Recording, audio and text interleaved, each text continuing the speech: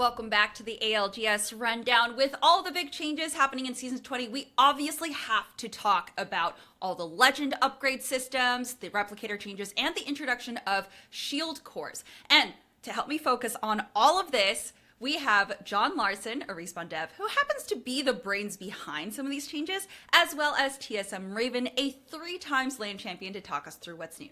Hey guys, what's up? How's it going? Yeah, I mean, I'm just excited to be here, have the opportunity to talk with both of y'all.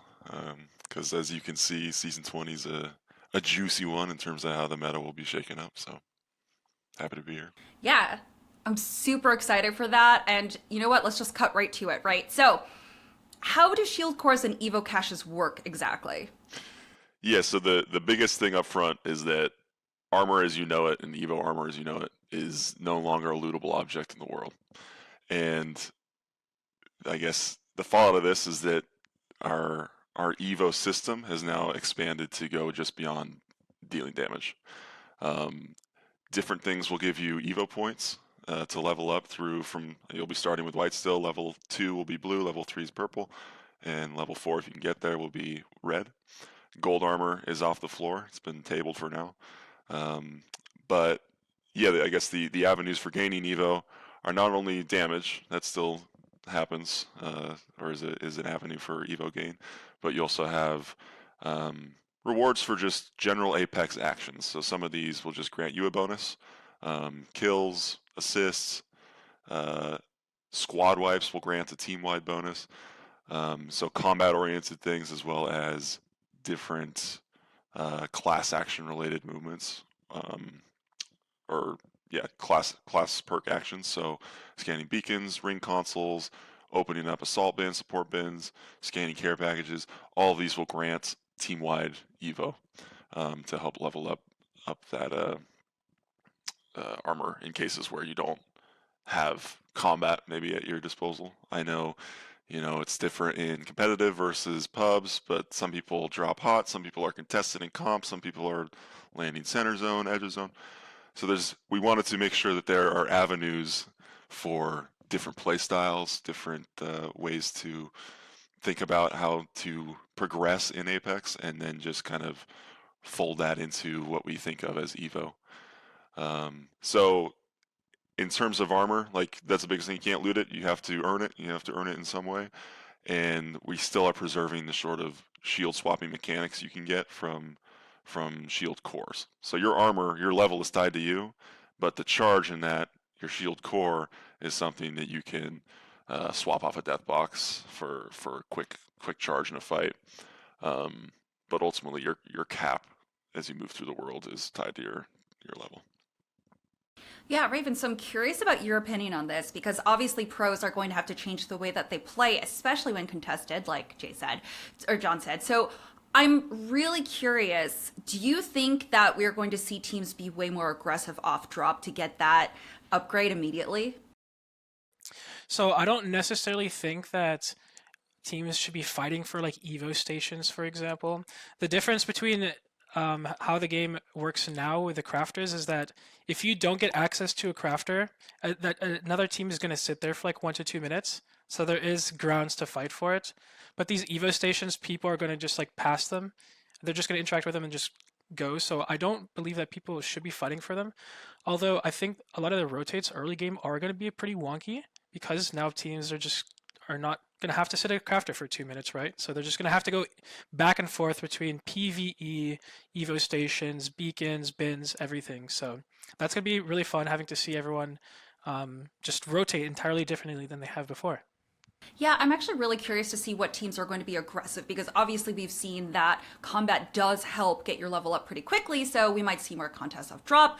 But John, I'm really curious, was this part of your plan in making these changes to see which teams would be going for more of the PvE elements, like going around looking at potential Evo cache respawns or in like where they're going to be spawning out and rotating around that way?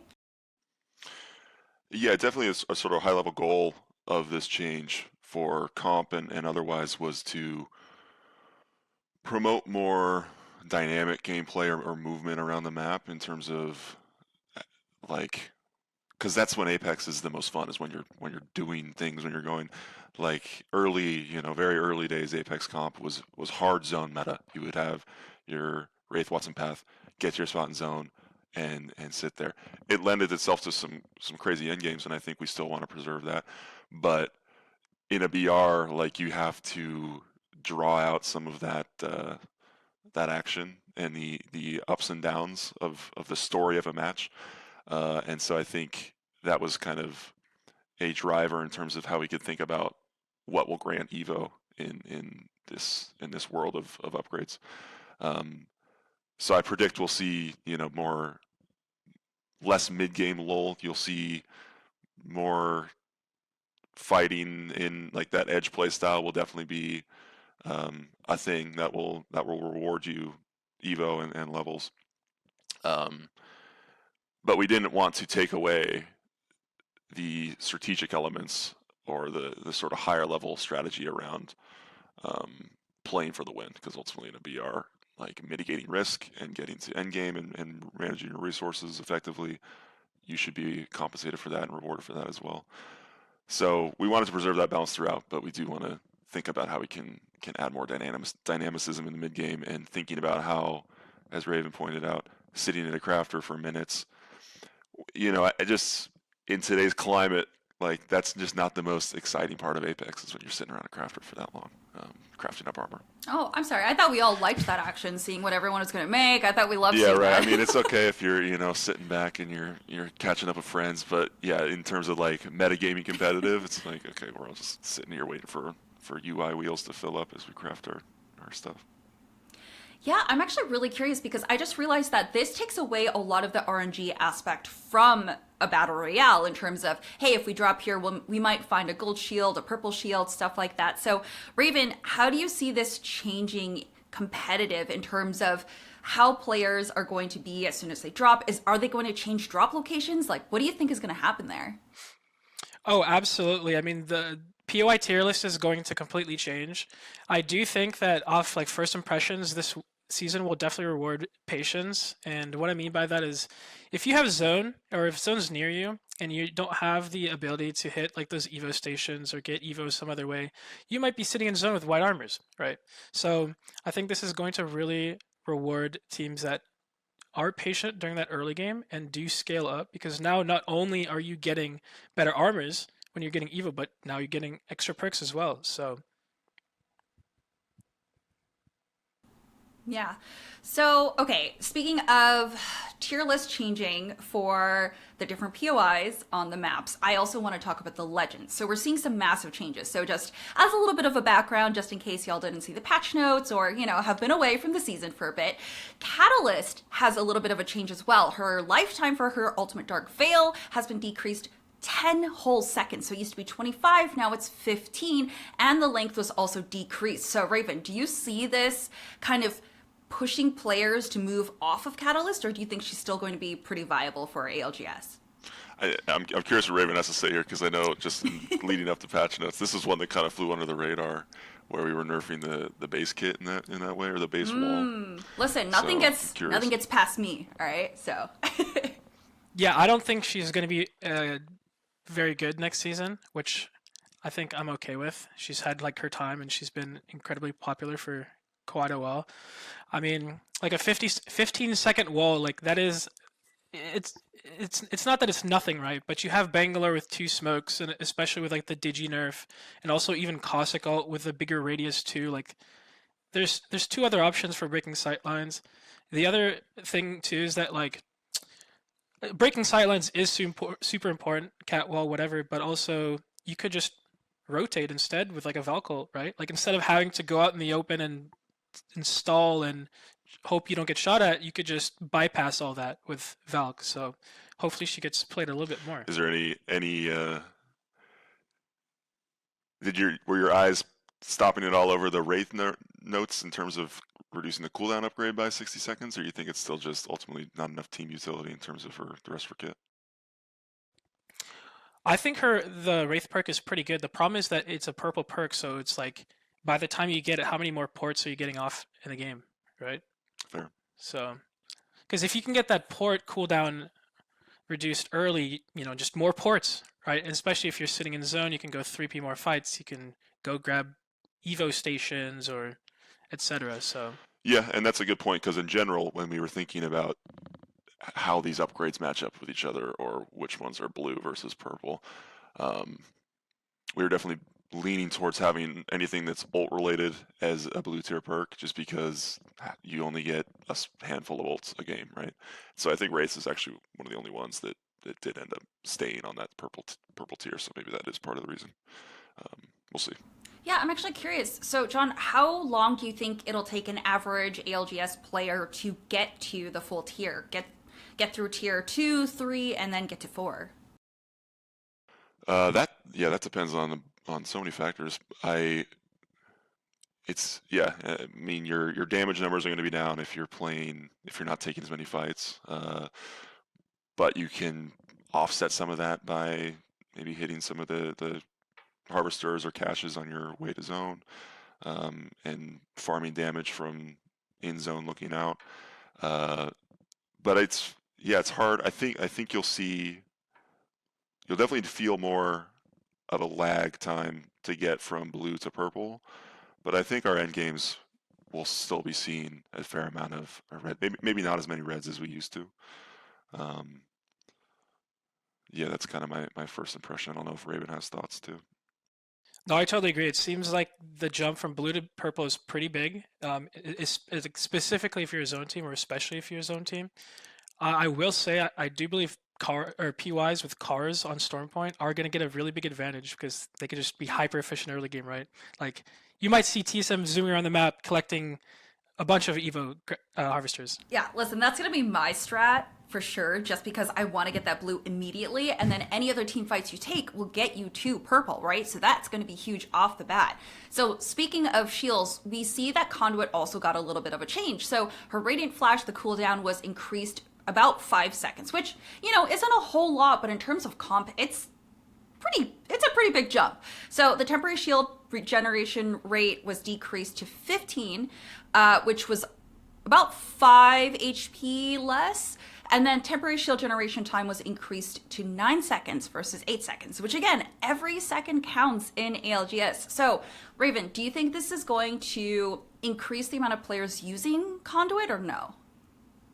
Well, you're pretty anti. You're not Team Conduit, right? So do you think this No, I'm helps not. your case Well, with that? I've always, yeah, for sure. I mean, I always just thought Watson was a better healer for zone teams. I just think like the unique utility of her Watson gen was better than what Conduit provided. So I mean, I definitely exaggerate a little bit, like my stance on Conduit. I just thought Watson was better. Really, is what it was for zone teams. But and do you think there's just better Watson edge? also, Like if you're an edge team and you're taking fights, you just think you're better off with a Bloodhound, or there's better options for fighting than just the pushing the tempo on fights with attack.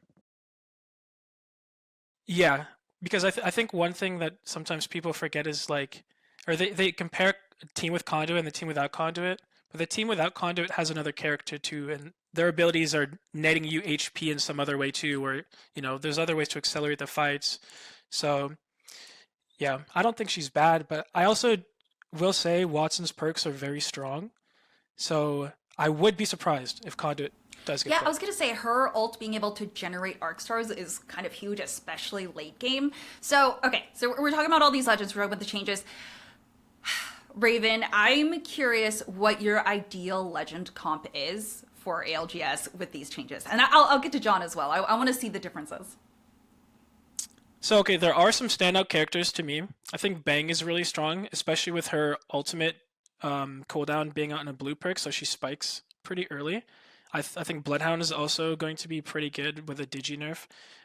Otherwise, Caustic and Watson are also on my radar. But as a lot of you may know, or maybe some of you don't know, I like to counterpick. So I have to wait for what other people are playing, and then I'll let you know. I'll build my comp after that. Boo! All right, John, how about you?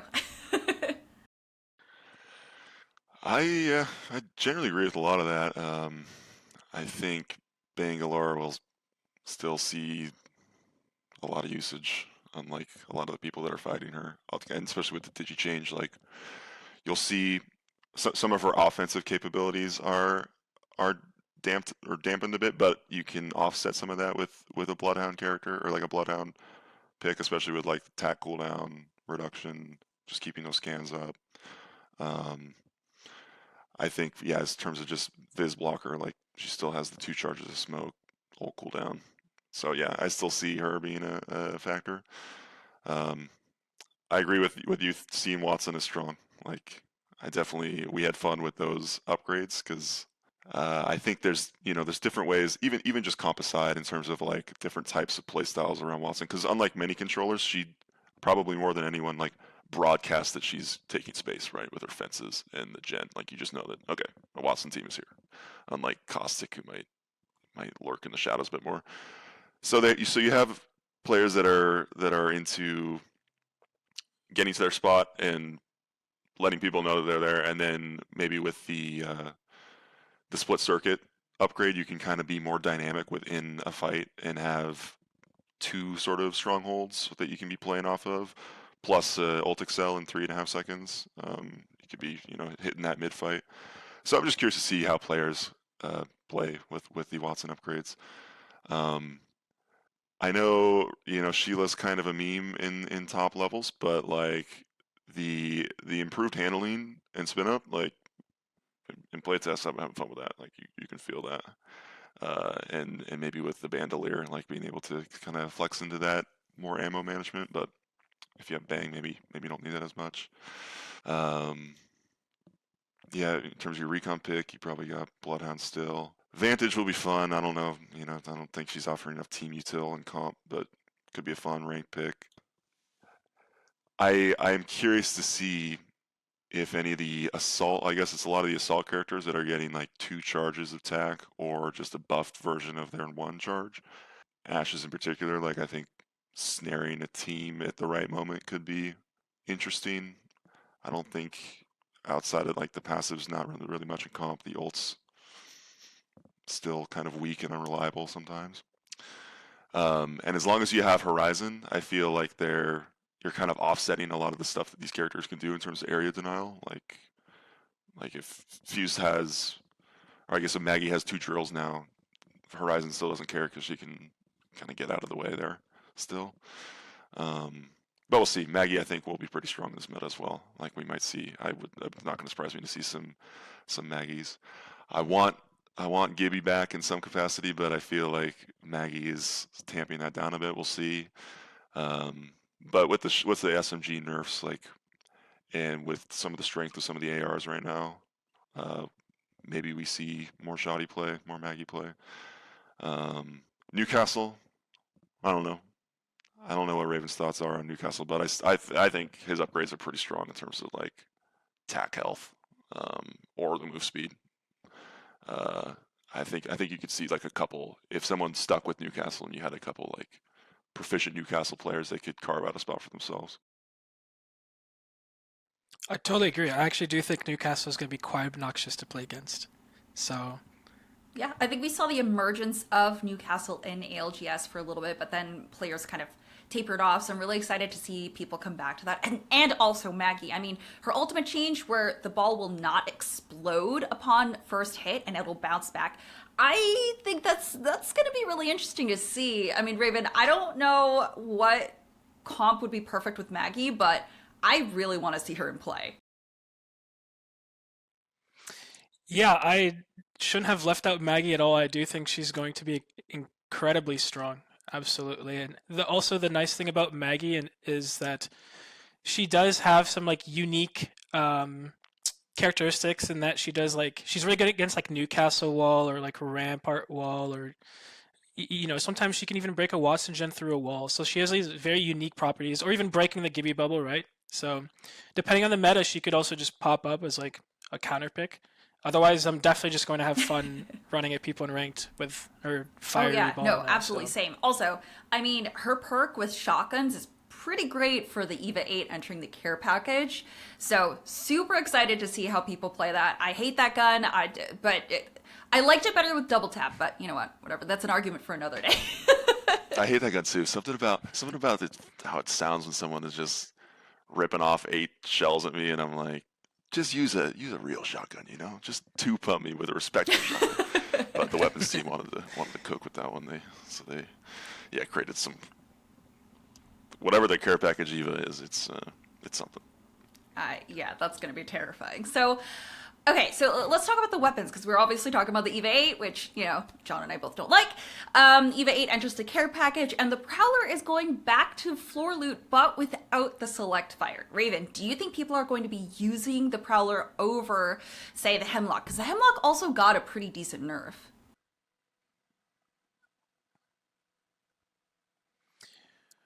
Right. So I will say the Prowler will remain as this like closer range gun, especially because you can like kind of use it as a shotgun, right? Like because it's a burst gun. So I would keep it as a secondary.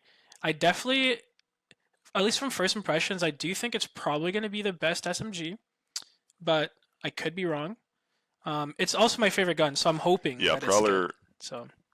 Yeah, I kind of agree. Like I was talking with the weapons team. I was like, you know, trying to think about is this a patch where we see some shotguns crawl back? Like, and I thought maybe with the suite of SMG nerfs, but then I saw oh, Prowler's coming out of crate, and like to Raven's point, like it is kind of a pseudo shotgun in a pinch. So I also kind of agree that it'll be the probably go-to SMG. The burst delay and then also the spread delay are like they're not insignificant. The Prowler actually had a shorter burst delay than the spread delay. So part of the reason it was so reliable and like hipfire was because the essentially the bloom of the hipfire was fully resetting between bursts. And so now if you're rattling off all 34 bullets on a purple mag, you're at least going to be seeing some spread with that. So it's not going to be as much with a laser beam if you're just rattling off 7 hipfire shots. But it still has that burst potential that I think is strong in top levels of play when people can actually hit their shots. Yeah, so you talk about, we're obviously talking about shotguns coming back, and so is that the reason why you wanted Gibraltar to be used a little bit more, because of the shotgun meta? Yeah, I mean, I enjoyed watching the Gibby meta. I liked fight. Like I know it was around for a while, but and competitors grew tired of it, but it's more enjoyable for me to watch than the can't see shit meta because I could actually see what's happening. And I thought there was a lot of like cool way like Gibby's tactical. I think is one of the higher skill ceiling abilities in the game in terms of how you can the timing of it and controlling space with it.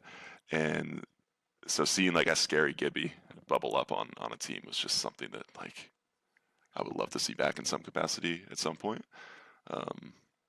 So that's kind of why I bring up Gibby or shotguns, just because shotguns synergize so well with his kit, obviously.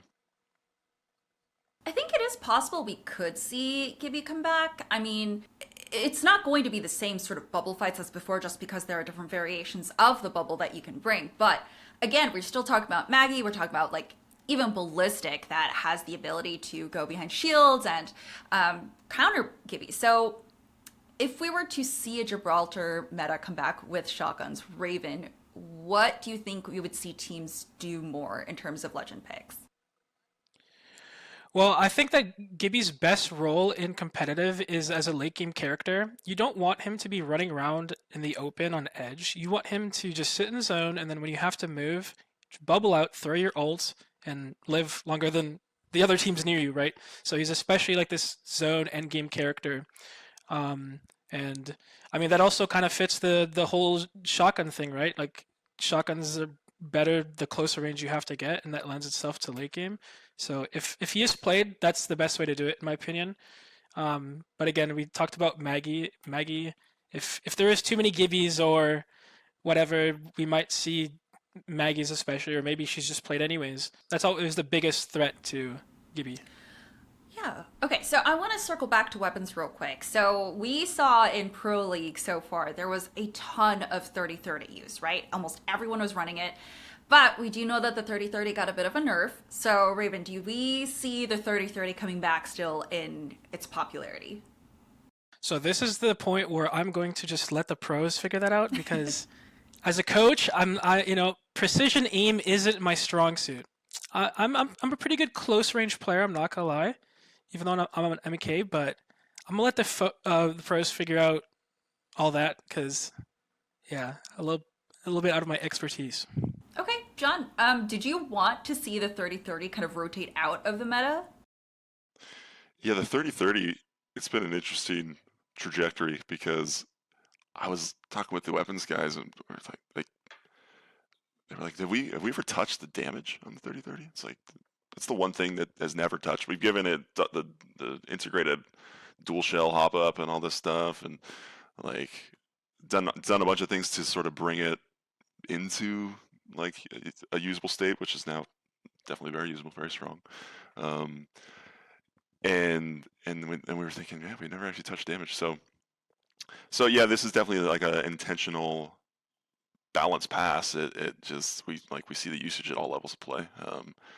Last night I got in ranks just a team with double 30-30s just started popping off as soon as the fight ended. I'm like, guys, really, come on.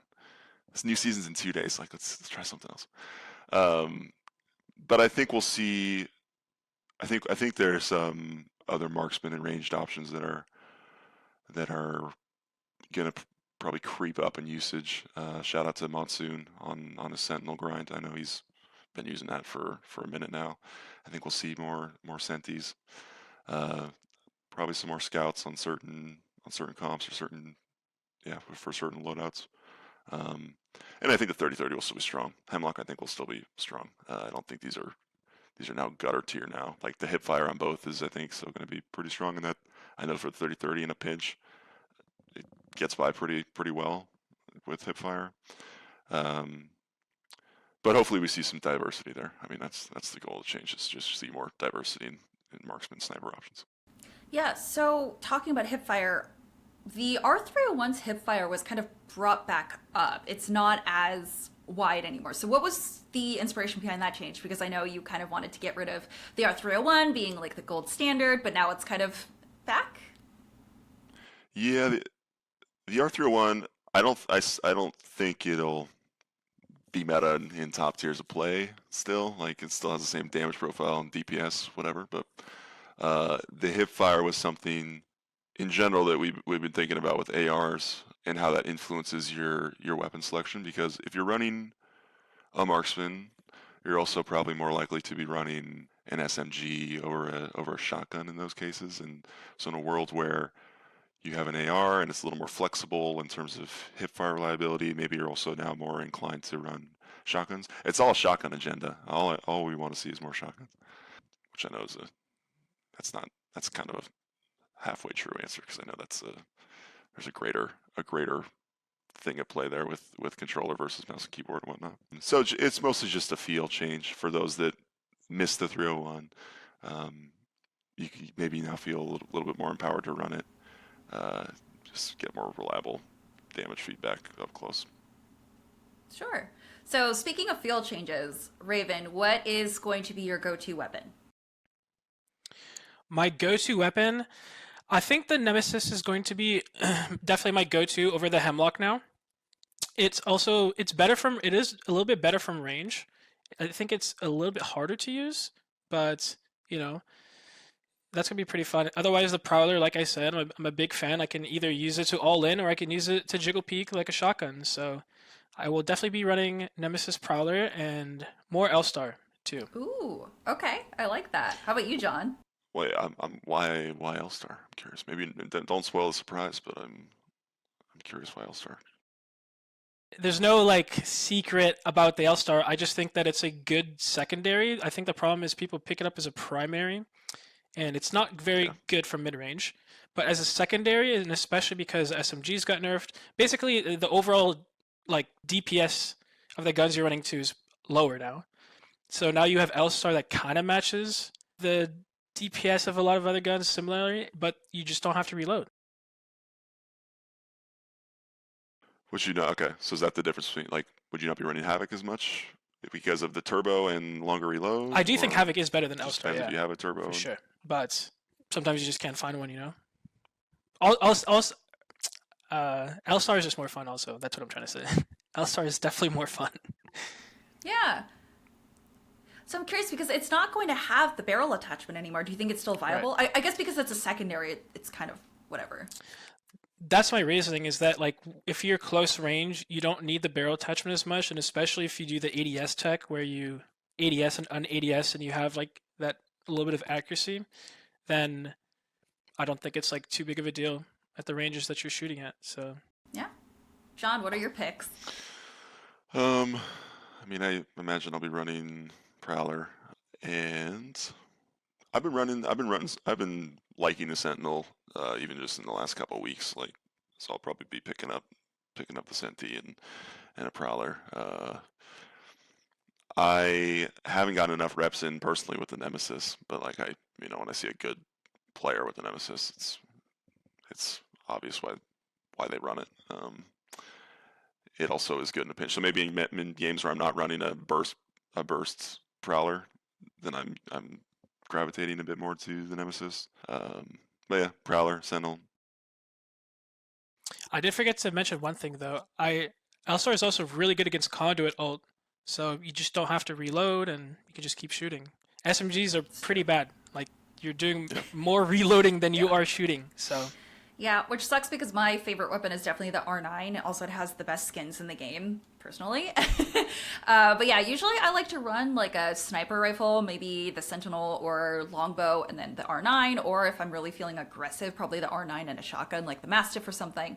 So it's going to be interesting. I mean, especially if I do bring back Maggie as my main. So I don't know. It's going to be really fun to watch ALGS and see what these teams pick, because I feel like what legends they pick will probably determine what weapons they pick, right, Raven? yeah, absolutely. Depending on the characters, and also if you're playing zone or edge, you have to think about just what sort of sight lines that you're going to be dealing with. Like if you know that you're going to sit in a building and do nothing and just walk out to the late game, just go close range guns. Or if you know that you're going to be sitting somewhere where you can get shots off on people, and maybe you grab a marksman. Or if you're fighting on edge, maybe you bring ARs. So you definitely got to curtail your weapon choice to all of that. Yeah, I'm also interested in seeing the Bangalore meta now with no Digiday. I am so sad about that, but how do you feel about the Digi-Sight not being able to be put on SMGs now? I think it's actually sort of a buff to Bangalore in the sense that you're just not going to get shot through your smoke as much. But it also is sort of a nerf because then you kind of you don't have to play Bloodhound with Bangalore, but like that combo is especially strong. I enjoy it. I think that it was kind of just obnoxious or annoying walking or running into a team and they just happen to have digis, and you're trying to rotate and they can just shoot you. So I'm pretty excited about that. Yeah, it's something that we have been discussing obviously a lot more. Where we'll share clips from ALGS and be like, this is something.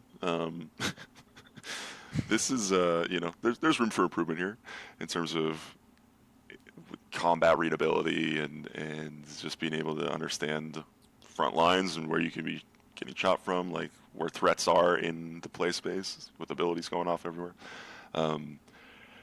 And so it's not like this is the end-all be-all solution to smoke. It's just remove digi-threat from some guns and call it a day. I think the problem still persists. It's just not going to be as prevalent.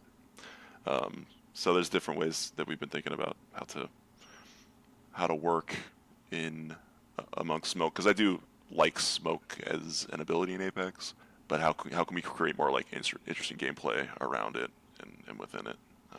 Something we've been talking about.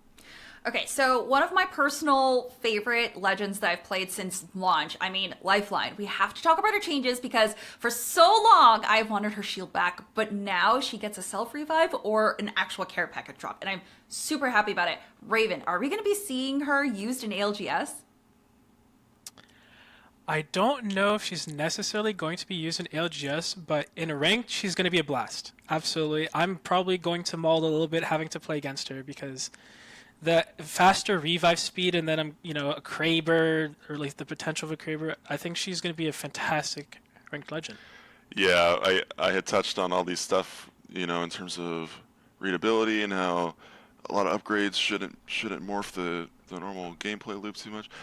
But then with Lifeline, we just said, that's fine. like, no, not really. But like people have been complaining about Lifeline, being dead with Newcastle and Conduit and all these healers are she's just outclassed. And so I think we felt willing to experiment a bit more with the Lifeline upgrades. And so that purple tier one, they're but I forget which one came first. I think the self revive might have come first, and then we're like, well, what could rival the allure of a self revive? And so give her a dice roll at a Kraber. We might have even made that change before we had guaranteed care package weapons, because now you get a guaranteed care package weapon. So yeah, it's spicy. We'll see. We did still provide some like readability in terms of it's still, you can scan it if you're a Pathfinder and you're one that has zipline cooldown. If you're looking up at the right time, because the drop time is somewhere between a regular in-game care package and a normal Lifeline hole. You can still scan it. You can still see on the mini map where it's happening. And then for those that are tired of malding over Lifelines, you can then use that as a beacon to go murder her squad. Listen, I'm just super happy that now I can play aggro Lifeline again, so thank you for this blessing. It's like an early Christmas present.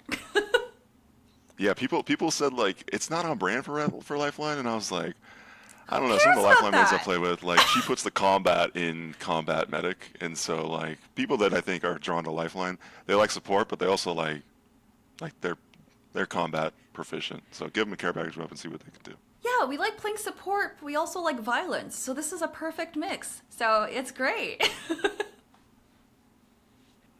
All right, well, thank you both so much for spending time to speak with me and share your expertise. Raven, where can people find you? You can find me at Raven_Apex on Twitter and Twitch. Yeah, thanks so much for listening. Appreciate you two for being here today as well. I'm excited. Like the whole team's excited. The stuff we've been working on in terms of legend upgrades has been a long time coming. It was a big undertaking by a lot of different teams on the dev side of things working together. So yeah, I'm just really happy to see what we got cooking or what we've cooked that the players will be cooking with. So please share with us what's broken, what's not working for you, what is working for you, and we will be adjusting. It's a live game, huge update coming in Breakout, and so just excited to jump in. Yeah, and if you want to stay up to date on John's team and everything that's coming to Apex, especially with Apex Esports, you can follow all the action at Play Apex Esports on X or Twitter or whatever you call it, YouTube, anywhere else that you get your Apex news, really. And of course, the next Pro League is starting on the weekend of March 2nd with APAC leading that weekend. So we'll see you then.